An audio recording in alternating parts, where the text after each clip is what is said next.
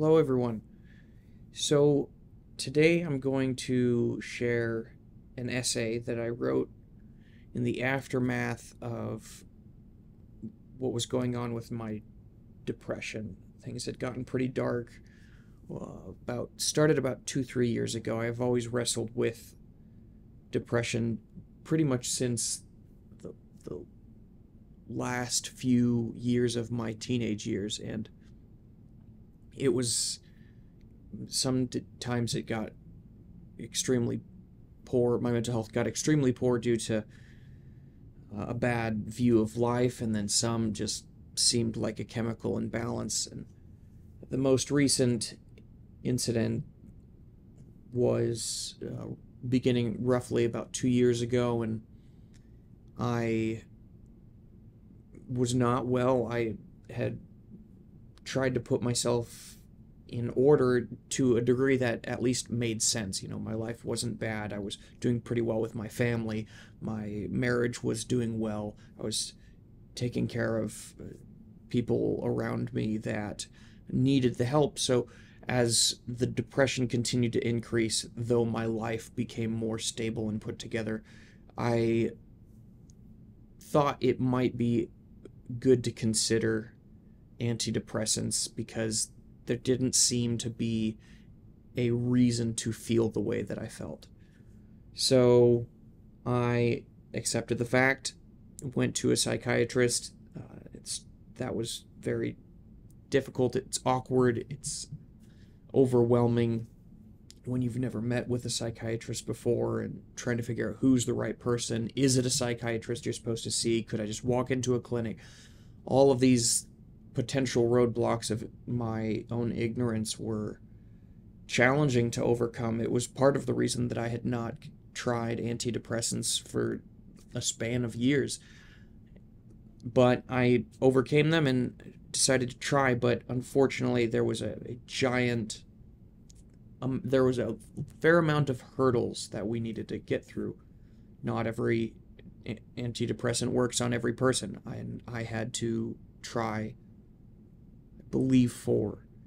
I think the one that I'm on right now, is my 4th. It's either that or my 3rd, but antidepressants take anywhere from 2 to 3 months to have their stabilizing effect. So as life felt like it was getting worse and my depression continued to increase, it was very difficult to maintain a sense of hope, because I knew when I started, I'd have to wait 2-3 months before I could even know whether or not this was good. So, this essay I labeled it Flowers in Chains, an essay on depression and life's meaning. The Flowers in Chains really is a nod to a quote by Karl Marx, one of the men who has led to the death of millions, but not all evil people are without merit in all things that they do. And there was a quote that he had when he talked of religion that really stood out to me. He said something along the lines of, we want to pluck the flowers from the chains that religion holds over people, not so that people can have chains without solace, but so that they can realize that they have chains and break themselves free so that they can cull a living flower. And it was such beautiful wording that it always stuck with me. And so the flowers and chains felt analogous to the experience of depression, and so I decided to make that a through line through this essay. So that is the source of it, though of course his criticism of religion as only being an opiate and only being a poison is something I don't believe. The wording was so strikingly beautiful that I felt it was worthy of acknowledgement in this essay. So here we go. When I was a teenager, my grandmother told me after church service about her lifelong struggle with depression. She stated that she had been taking antidepressants throughout her life. I remember thinking, you don't need that, you just need Jesus. It was a shallow answer to a more complex problem that I did not understand. Not yet. Life, of course, has its challenges. Along with light, people have darkness. Along with gratitude, they have bitterness. Catastrophe can strike anyone, even at the most inopportune times. Some suffering is arbitrary, some is evil, some is of our own making. My mental health became a long-term struggle that was compounded by all three. At the age of 18, I joined a course for my job at Panda Express called Landmark. The seminar had an interesting take on life, with life is empty and meaningless being one of its most exuberant claims. Many people heard a dangerous and cynical view of the world. How could life be empty and meaningless without it being a bad thing? The idea portrayed the fact that humans have a unique niche for attributing meaning to experience. If something happens to us, we naturally weave it into the story of our lives, and Landmark argued that these stories were not objective truths, that they were something we created. The claim seemed liberating. One does not need to carry the burdens of the negative stories that they tell about themselves. It appeared to break the shackles of the darker parts of the human experience. But this liberation came with a cost. If all of life's stories were subjective, if every chain was an illusion, so was every flower. Over time, my mind could not escape this conclusion. I could not unsee what I saw. Meaning was unique to humanity. Meaning was not objectively true. Meaning was a story we told ourselves. Meaning was a lie. There are a few mountains to stand on when this view has terraformed the entirety of life's landscape. Over the course of a decade, I found not level plains, but deep and dark valleys that came with no hope of climbing out. Now, one could say that I should have just known that the darkness I was feeling was subjective and not real, but it is not easy to rationalize your way out of hopelessness. And when my parents divorced, and my family shattered, and my foster child ran away, and my wife miscarried, and my grandparents harmed our loving relationship, that elusive darkness was the only thing that was real. Every flower was plucked, and it was only the chains that remained. Eventually, I accepted the fact that I was not well. I started talking with a psychiatrist and began to take SSRIs. Unfortunately, it took 3 medications to find one that worked, and the first was detrimental. I was driven to a state of even darker depression, coupled with insomnia and suicidal ideation. The journey of getting off one medication and trying another with no hope in sight was debilitating. Life, unfortunately, does not stop when you're on such journeys. It can continue to throw its punches at the seemingly worst of times. And throw it did. The darkness overwhelmed, and on January 31st of that year, I attempted to hang myself. My wife was my rock during all of these times. She gave herself to help me through the challenges that most people could not bear. She demanded that I go to a treatment center. Her stubbornness could not be argued with. It was what I needed. Over the following months, I began to repair my relationship with life. We had found a medication that worked. We found a competent therapist. We got involved with our family. Slowly, I found my way. I learned to live. And I made it to see the day of my daughter's birth. Atlas Nyanuer Foro was born on April 17th, 2022. I have wept many tears of joy and gratitude for living to see such beauty, to find a belief in life, to see the living flowers that blossom around me, has been a path that seemed hopeless. But the strength of friends and families and a willingness to try have gotten me through. My journey now continues with a pursuit of a doctoral degree in clinical psychology. I hope to assist others along the way through their battles in life, to help them find a meaning that can sustain them during hard times. My teenage view of depression was uninformed and shallow. When the gates of hell came knocking, I was not prepared for the darkness. But I will forever be grateful for the journey and to have learned that I am the type of person who can make it. Life is not empty. Life has meaning. May the flowers of life blossom and the chains of it break. July 31st, 2022. Yeah.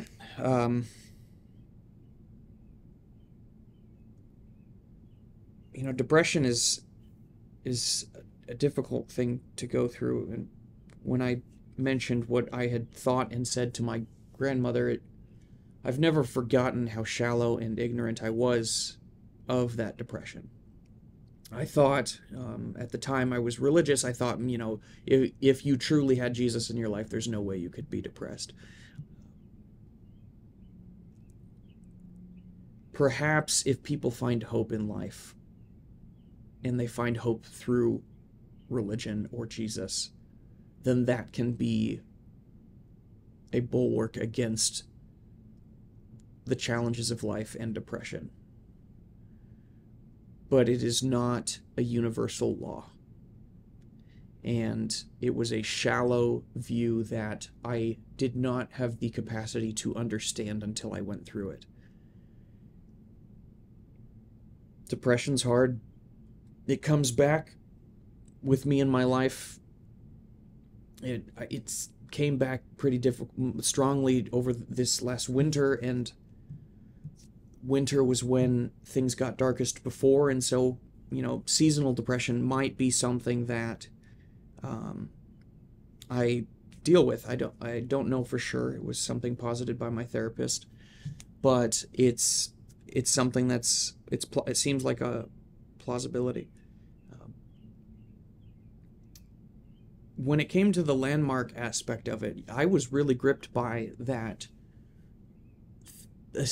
borderline theology. It was a framework for my entire life. This argument that life was empty and meaningless. As I said in the essay, everyone saw that as a negative thing, but the illustration was essentially saying everything was like a whiteboard that was blank. We get to add to it. Meaning isn't inherently true, so to speak. Well, kind of like, I don't know if anyone listening has read the Max Lucado story on Punchinello, the puppet that eventually no sticker of affirmation or degradation would stick to him. It's analogous to that, where the claim was, hey, things could be what you make it. If you're depressed because of something that happened in your family, it does not need to be personal. It does not need to be anything. It can be something that you make. But the hard part with that rationality, like I said, was the fact that I did not know how to disconnect. If the bad was an illusion, how could the good not be an illusion? And I got in this strange loop of only focusing on what could I do in my life that matters 1,000 years from now, 100 years from now. I had mentioned previously that I thought, I could just maybe I'll be president. That was the highest thing that I could think of doing in my life. And even that, it was just like, 4 years later, 8 years later, tops if I got 2 terms, the next idiot would just ruin everything I did, so what's the point? I didn't know how to argue against that. I didn't know how to fight back against that. I genuinely could not get past the fact that everything, if the claim that meaning was subjective is true, then positive and negative meaning are equally invalid. Therefore, anything that I want to pursue is useless. And so I found nothing. That was a giant aspect of the first route of depression that I went through. It was nearly unbearable. And I made it through, fortunately, when I got into screenwriting. That was after I'd seen Star Wars Episode 7. I had an idea for a screenplay. I decided to go to school and get a degree in screenwriting just so that I could know how to do it properly. But I found out quickly that the discipline necessary did not fit my temperament. I would have to write according to my own schedule, and I was not disciplined enough to do that. I hated networking. There's 1,000 reasons why I hate networking. The falsity of the interactions with people, it was unbearably difficult to know that I'm only here to use these strangers and they are here to do the same, was very difficult to get past. And so everything that was necessary to become involved in film did not seem to match, and so depression soon followed, given that I had no framework of life to pursue. And it wasn't until I ran into Jordan Peterson and his 12 Rules for Life that helped break the subjective meaning claim away, that there are other games you can play. One game is what matters in 1,000 years. Another game could be, is there something I could do today that makes my life slightly less terrible? And then if I get decent at that, can I include my spouse? And if I get decent at that, can I include my extended family, and so on? And that was a great antidote to the debilitating nature of subjective meaning. And that really helped me push through. And so I started trying to do that. And then, like I said, eventually the depression came back despite having a positive goal in my life of trying to repair things in a small way. It came back. And so I plummeted into the darkness. The first medication that I took was terrible. It was absolutely terrible. I immediately, within a week, was suicidal. The second one, it took a few weeks. The suicidality kind of left, but then the numbness of life continued. Everything was gray. And I took that for about 3 or 4 months, and so then I decided to try switching one more time. But when I switched, I don't know if it was the offset of a new medication or some things that happened in life, but it was within that week of switching to the third one that I had attempted to hang myself, and there was a lot going on. I could not handle it. So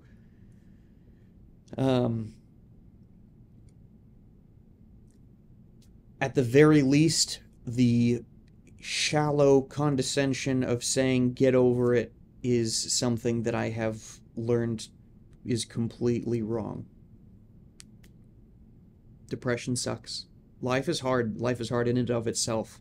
It doesn't help when everything that you feel seems hopeless and dark and gray, and no positive emotion exists, and you can't sleep, and the medication plummets you down towards more darkness. It's terrible.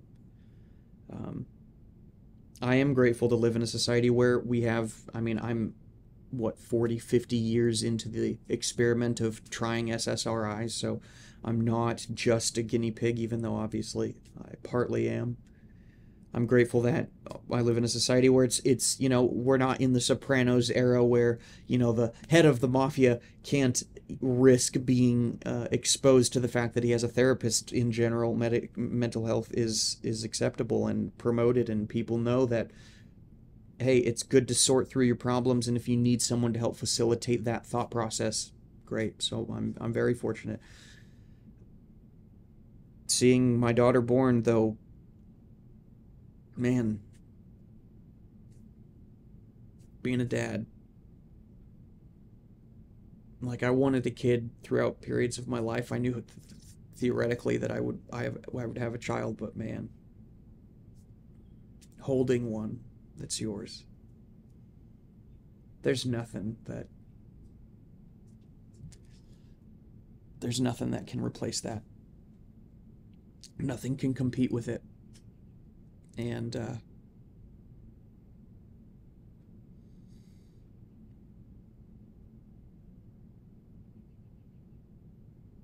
for anyone who thinks that, having kids is just a form of old-fashioned meaning in life, I'd say give it a shot. You'll find very quickly how wrong you are. It's everything. So Atlas was the miracle that I needed to push against any storm that came my way. Doesn't matter. I can't leave. I can't go. There's nothing that could make me do everything I can, not do everything I can to try to ameliorate the sins of my past and raise her well so that she can face life better than I did. And that's a story, that's a story. So Yeah. Thank you for listening. I hope that someone finds this useful, and I'm going to continue going through these essays, and I'm happy to take any feedback on how to go about doing it, and I wish anyone listening well. Thank you.